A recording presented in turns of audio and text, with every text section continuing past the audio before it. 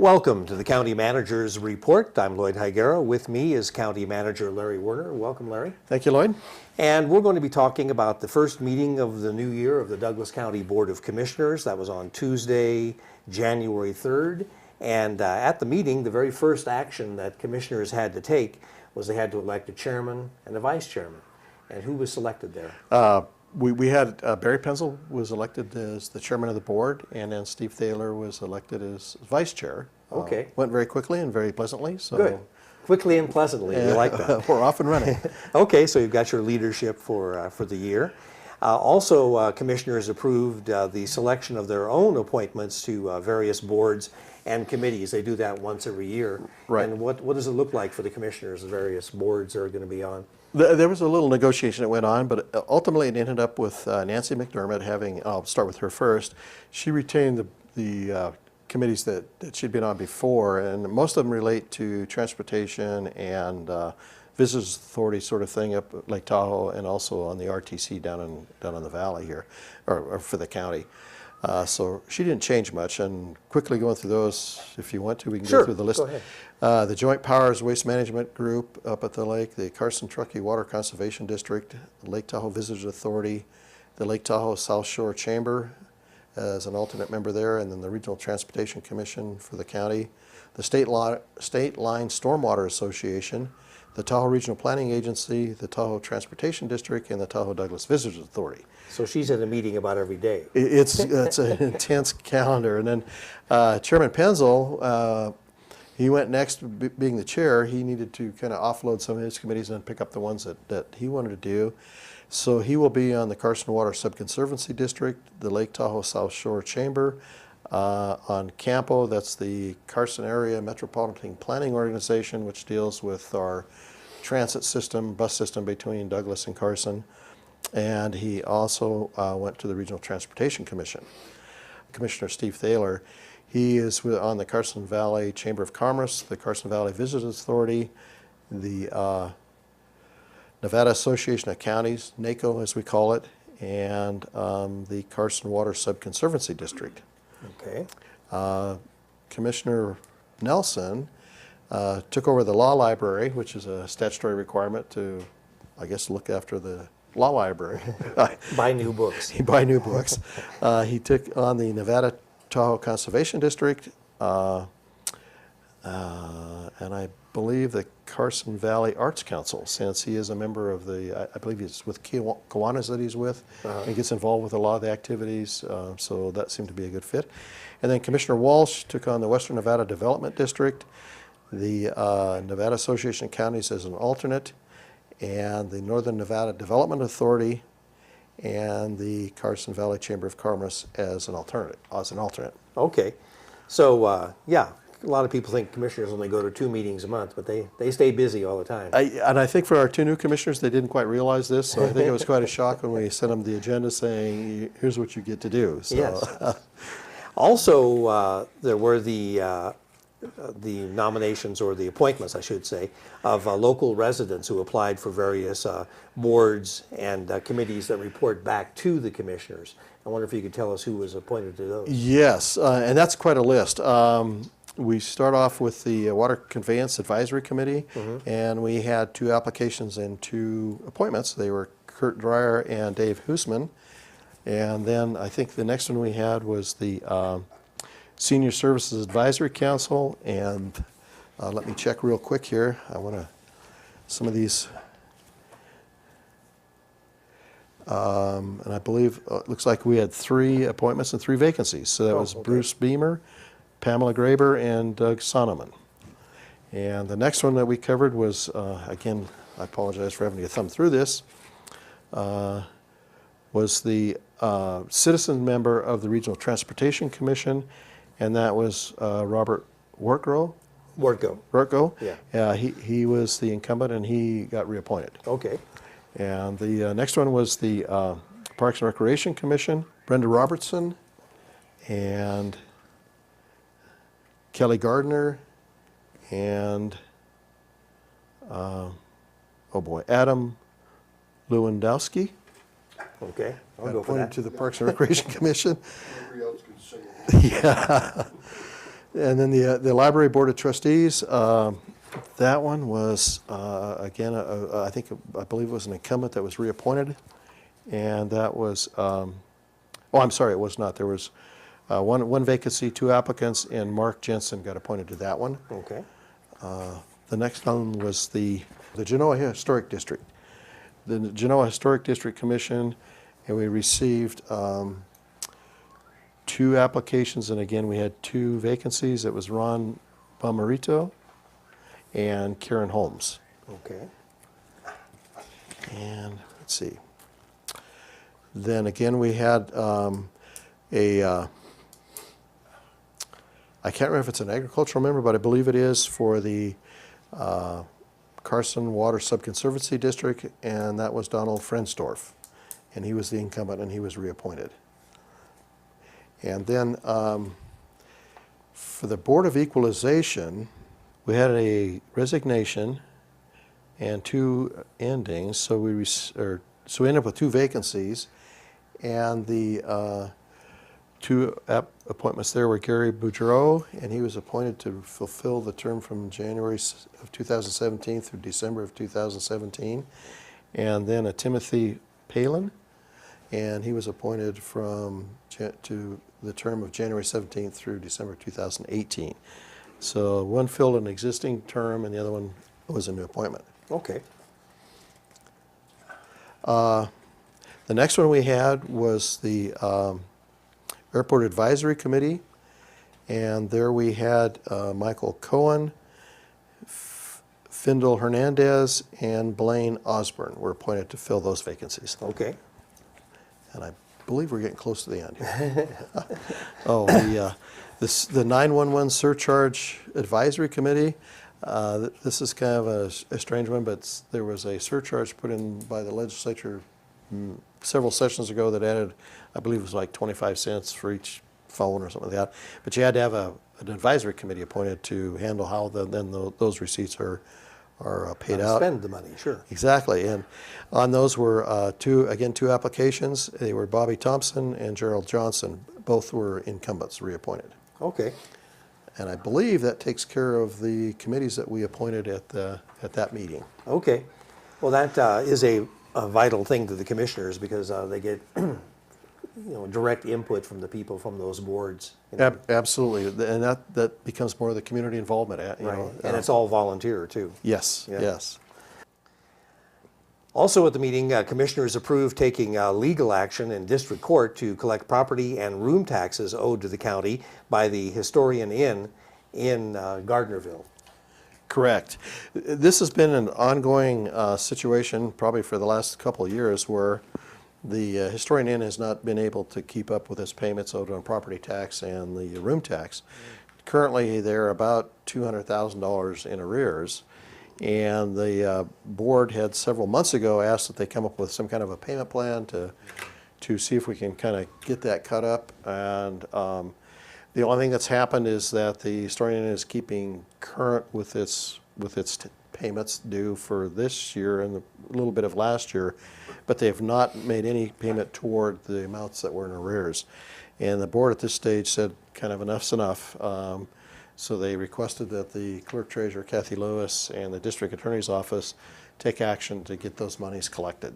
I see. So, I'm not exactly sure what the process is, but I believe a complaint gets filed against the Historian Inn, and then it goes through that process to try to, go to court to get the money that's owed the county on that. Yeah, okay. You hate to hear those kind of things about our local businesses, but it does happen. Yeah. And I was going to say the only reason we kind of pushed it is it's just not fair to those that do pay. Sure. And that's where the inequity occurs. That we also didn't want to set the stage that if you feel like you didn't have to pay, you don't have to. Right. Yeah. So. No. Also, commissioners approved the 2017 to 2022 Minden Tahoe Airport 5-year capital improvement plan for the airport. Yes, and this is a continuation of the discussions we've had in the past relating to the airport layout plan and the master plan, if you want. Within that were contained, the 20-year improvements in general, and now we get to the actual capital improvement program that lays out the next 5 years and specifically the next year. And that was approved by the board. I was going to look and see if I had the list of projects. There was quite a list, but it's a continuation of doing some apron work, doing some rehabilitation of runways, some glider aprons, some turnout areas, but general improvements that were identified in the airport layout plan. Okay, very good. And oh yeah, we can't forget the perimeter fence. Exactly. That's a a big favorite. deal. Yes, how can I forget that? Commissioners also adopted a zoning map amendment for a mixed-use commercial project that's on the curve in Gardnerville, and that's the second reading. So Correct. Now it's in place. Yeah, as we had before, we had the first reading, but it's basically to allow some mixed-use commercial on that piece of property. And hopefully that'll allow then the property owner to go forward and do some development on that land that's appropriate for the area. Okay. Commissioners did deny a request for a modification to the ranch at Gardnerville's planned development.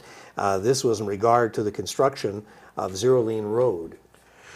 Very controversial and kind of somewhat of a convoluted process, but there's an area off of the Gardnerville planned development that is about 600 and some lots, potentially about 1,500 people. And the issue became the ability to have access in and out of there should we have flooding. The initial requirement had been to put in a series of culverts to bridge the Martin Slough,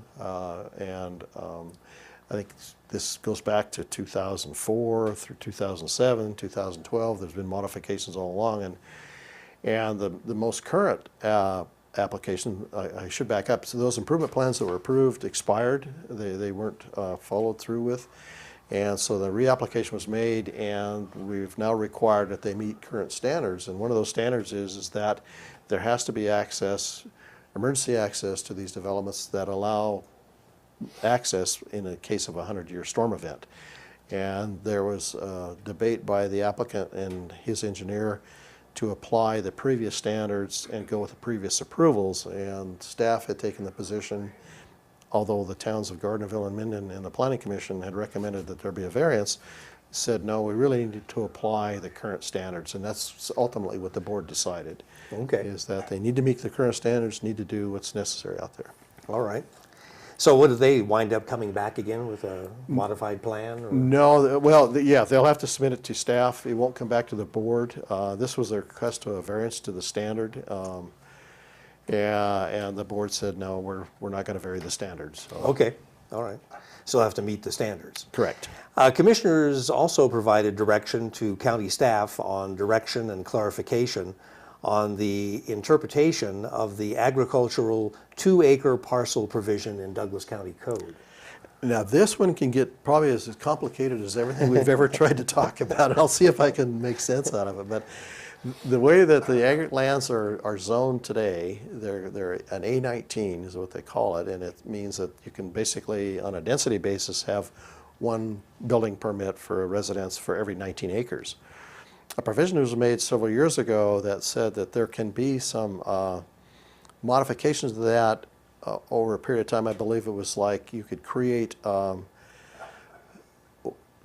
or two 2-acre parcels every 3 years, as long as you held at least 100 acres in agricultural land and you had excess land. So an example would be is that if you held 120 acres, then the 20 acres you could actually subdivide into smaller parcels into 2-acre parcels. The question came as to whether or not if that 20 acres you're going to subdivide was in the floodplain or outside the floodplain.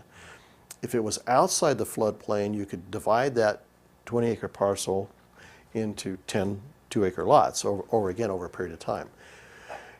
The staff's position was that if that 20-acre parcel was lying within the flood zone, then you could only divide it into as many lots as were allowed if you divided the entire parcel by 19 acres, which then meant that you could have like 5 parcels within that 20 acres as opposed to the 10.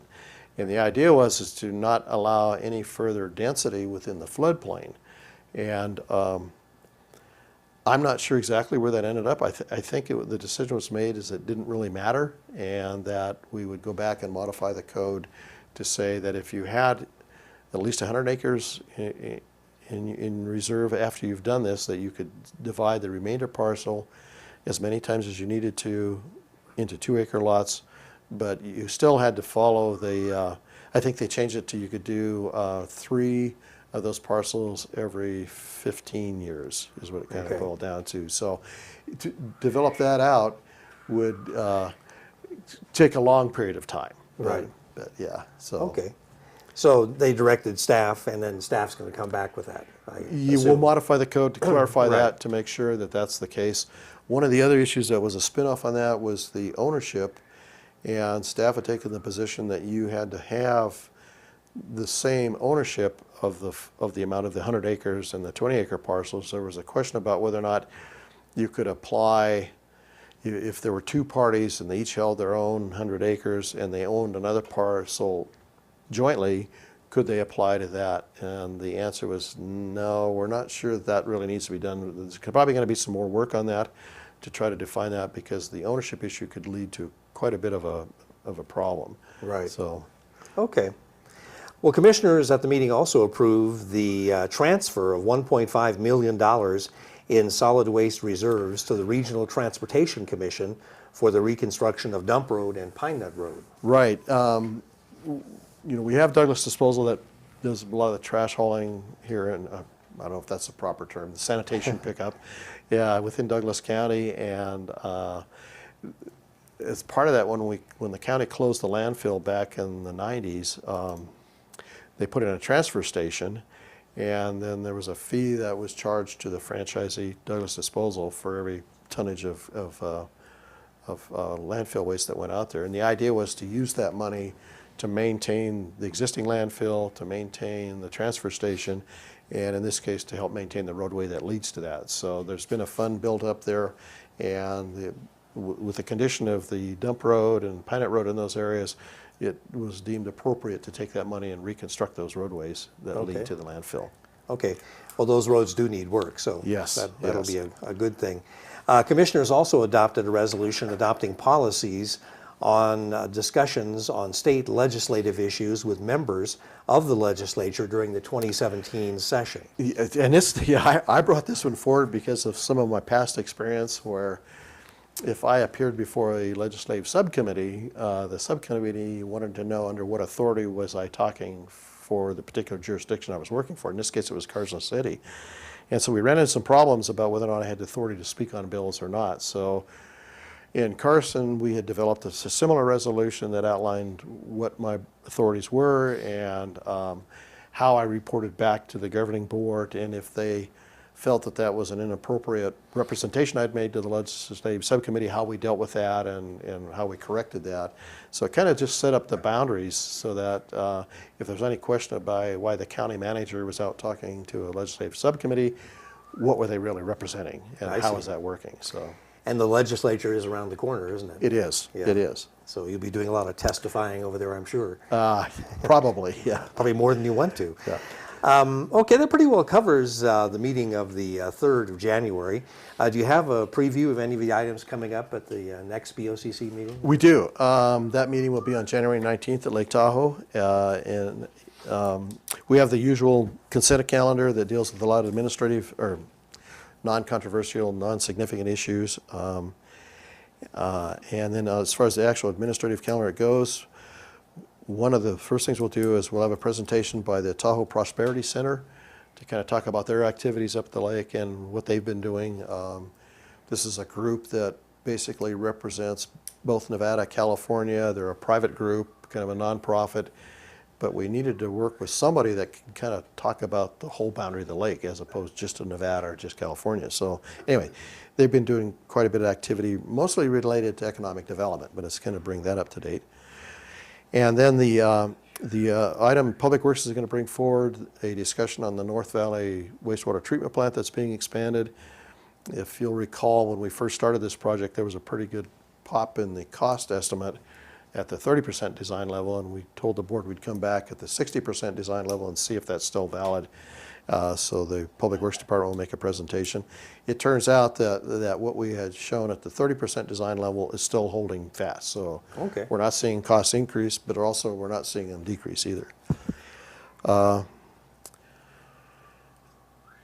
we have another request from the Tahoe Douglas District up at Lake Tahoe. That's a GID that provides sanitary sewer collection. They have been actually out kind of helping some of the other GIDs and properties in the area to deal with stormwater issues. It's been unclear under their operating ordinance that they have that authority or can offer that service. So they're requesting to come before the board to get that modified so that they can provide those services. So that's kind of, I guess, as much of a cleanup item as anything else, but it will generate some discussion. Sure. But then another item is actually there's two things. They have two items. One of them is kind of the hearing to talk about it. The next one is to do the ordinance that allows them to begin to start doing that. And then we had a request from the South Shore area that was involved with the redevelopment area and building the event center up there to actually increase their transient lodging license tax, which is, again, it's almost like a transient occupancy tax charged through the hotels and motels up in the area, to generate some funds to actually do some parking studies and some things out in front of the event center activity. Although there are monies coming into the redevelopment area, they're not significant at this point because there hasn't been a lot of improvements up there that have been completed, and they need to do some initial preliminary studies. So they are asking that we impose on them a 1 cent or 1% occupancy tax again that would be used specifically for some of the preliminary work for the event center. I see. Complicated, but and then we'll have the community grant awards for this year. We have about $170,000 $170,000 of funding available for community action programs, and so the staff has gone through the applications, has ranked the different programs, and we're making a presentation to the board on which of the nonprofits should get some of the help from the county. Okay. And then we have a planning commission item, and this relates to a modification into the Glenbrook area, and to try to create one more parcel. And frankly, I don't know the details on that. I'm thinking it's a fairly routine thing, but that probably just jinxed it. But that should be pretty straightforward. And then the community services has, to their Parks and Recreation programs, has received an opportunity to apply for a grant for about $300,000 worth of improvements up at the Kingsbury Grade North Trailhead, adding restroom facilities, some other park amenities. It's about a $300,000 grant. There's a 5% match that's required with that, and that's being provided by the different trail associations up at the lake. So there are no additional county funds coming into that. Very good. Which should be pretty nice. And that is it for that meeting. Sounds pretty busy. Yes. Speaking of busy, we've been a little busy here lately in Douglas County. Had a recent flooding incident, and that kept you and a lot of people in the county pretty busy. I wonder if you could update us on that situation. Sure. Right now, what we're seeing is kind of a lull in the events. The information we have currently is that it may be calming down for a while, but what started it all, obviously, was what people experienced starting Friday with the atmospheric river, I guess as they call it, which was... That's a new term. It is, yeah. But the concern was bringing more moist air into the Sierras, and Right. the rapid snow melt-off combined with heavy rains down the valley, and particularly looking at the flooding along the stream environments, the Carson River, the different streams that come out of the west side. So we kind of debated about whether or not to go into full emergency operations mode, and that decision was finally made on Friday morning. And that basically then committed all of our staff to dealing with that and trying to make sure we're ready, working with the state, working with the Washoe tribe, working with the GIDs, trying to get everybody together so we have kind of a unified approach to how we deal with this. It's been very good. Everybody's been a player in that process, and we've had good cooperation throughout. And main things we did were to make sure we had equipment and people at key points, particularly bridges, to catch debris and that sort of thing, and to also be able to respond to if there were specific flooding areas for private property, those sorts of things. And the majority of what we did is provide sandbags, or materials for people to develop their own sandbags off. We put out, I'm thinking it was close to 60,000 worth of sandbags. Yes, I think we did two episodes of 30,000 each, and then so for the rest of the time we kind of just monitored the area. Our street crews were out, and if they could do some improvements with localized draining, cleaning culverts, and doing those kinds of things, we took care of those kinds of things. But other than that, it was basically to be ready and available to deal with street closures, bridge closures, any other kind of major catastrophes. But we didn't see that happen, which is okay, but we were there and ready. So. Yeah. And there was a disaster declaration, wasn't there? There was. What that did, we did that on Saturday about 1 o'clock. That opens up the avenue to approach the state and federal government on getting any kind of recovery of the funds we've expended on this event. We're in the process now of doing a compilation of the cost as of 7 o'clock this morning to try to see where we're at when it comes to the amount of effort spent and whether or not we'll get our money into the state, and they in turn will look to see whether or not there's enough there to qualify for a federal disaster declaration and mediation. We won't know that until later today or maybe tomorrow, but that's kind of our effort today. Well, the worst of it was some road flooding and then a couple of evacuations at the Aspen Park and also at the other trailer park facility too. Yeah, the main one at Aspen Park dealt with the Kings Lane. Kings Lane, right? Yeah. Some of it was just the natural river coming up. You know, we saw it reach flood crest. I'm thinking the East Fork was sometime late last night. We're not sure again what's going to happen in the future, but those were kind of advisory notices just to say, hey, pay attention. We think it's going to crest and it could flood these areas. With Aspen Park, the concern was there is that up in the Hope Valley, we've seen some ice dams and some beaver dams that have held water back that we just don't know where it's at. And so we advised them last night. We weren't sure, and today it looks like we're going to get there and reevaluate. But again, they were all voluntary. We just don't know what the impact would be if those dams broke loose. So. Okay, well, it kind of sounds like we're not quite out of the woods yet. Not quite, but it looks a little better than what it did about 24 hours ago. Yeah. So. Okay. Well, Larry, I want to thank you for all the information you've shared here on the County Manager's Report. That's what we do here. Our County Manager, Larry Werner. I'm Lloyd Higuera, and we'll see you next time on the County Manager's Report.